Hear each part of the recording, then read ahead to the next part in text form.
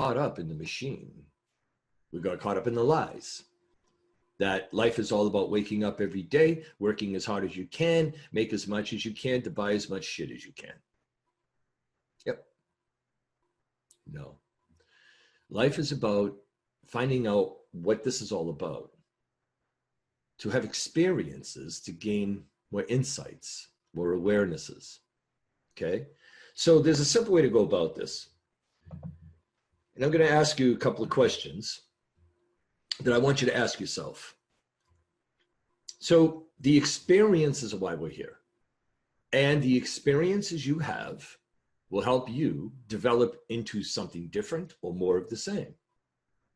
The problem is most people don't know how to make the change, but that's what Master Visionary Coaching and all of this work is about, is helping people make the changes they're unable to make on their own. So ask yourself this. Am I going somewhere? Are my efforts, is the energy that I'm using every day bringing me towards something better? That's really what every day's about, right? To be better today than we were yesterday, at whatever increment, whatever percentage. So you ask yourself, are things better? So look back 1 to 3 years, okay? Now, we know how quickly time goes by once we get to the arrival time. For instance, at the beginning of the year, you forget how quickly time goes by until it's already September 1st in 2020, and you think, wow, what have you done this whole year so far? No excuses. It doesn't matter what's going on in the current climate of the world. What have you done for 8 months? So look back 1 to 3 years, then ask yourself, are things the same or are they different? And if they're different, are they worse or are they better? Or is it just slightly different because, you know, things naturally progress in a way? But is it basically the same? Is there any personal growth, any progress? Whatever the answer is, you can look ahead 1 to 3 years. You can bet that will be the answer. Because most likely, if nothing has changed in 1 to 3 years, nothing's going to change from 1 to 3 years from now. That's being held hostage. But you wouldn't think of it that way, because when you think of being held hostage, you picture a kidnapping, chains and shackles, handcuffs, right? It is exactly the same, except it's invisible. So what is a hostage? A hostage is a person seized or held for security for the fulfillment of a condition. So in a kidnapping, and it's a ransom, the fulfillment, the condition, and the fulfillment would be the money that's paid for the release of the hostage. But not all hostages have those terms and conditions. So in this case, before we look at what the terms and conditions are, I want to look at what holds us hostage here. Again, in one word, I'm going to share with you what holds us hostage as I bring my screen back up.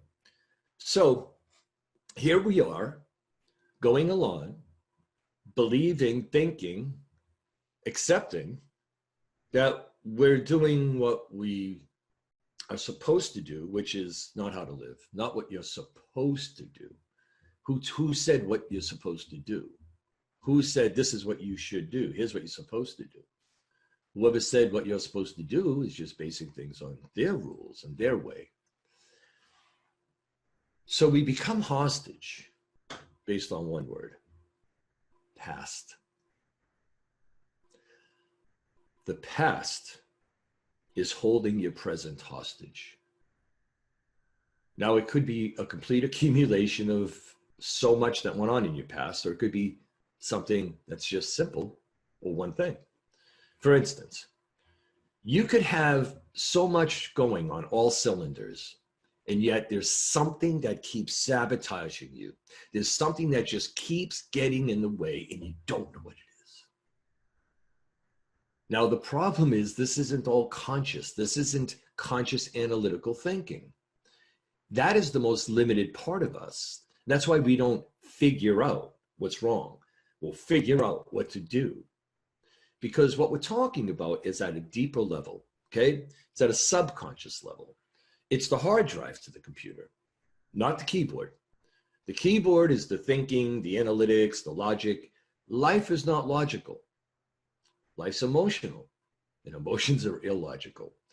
And that's why there's a conflict, and those two don't align. However, the past is people's perceptions, your own perceptions of a younger version who wasn't as experienced, as informed, as educated, as enlightened, as insightful, as aware. And when something comes up in life, no matter what you know now, the mind resorts back to when you were younger, because that's how you reacted to the situation. And then you react to the situation now thinking, oh my God, what the heck did I just do? It's like I was a child. Yeah. So something from the past that's stored in the subconscious mind, like a warehouse, a storehouse, is always waiting to be triggered. So when it gets triggered, we react the same way. That's a shackle. That's a lock. You need a key to know how to unlock that, and you know how to use the key, where to put it in, how to turn it. Because a lot of people find keys, like they'll read a self-help book or some book on a process or technique, but they really aren't taught how to use it. They're taught what to do, but not how. And if you think about it, even making money online, everything that's out there, people tell you what you need to do. They don't tell you how. Okay? So here we are, held hostage by parts of, or a lot of, or most of our past.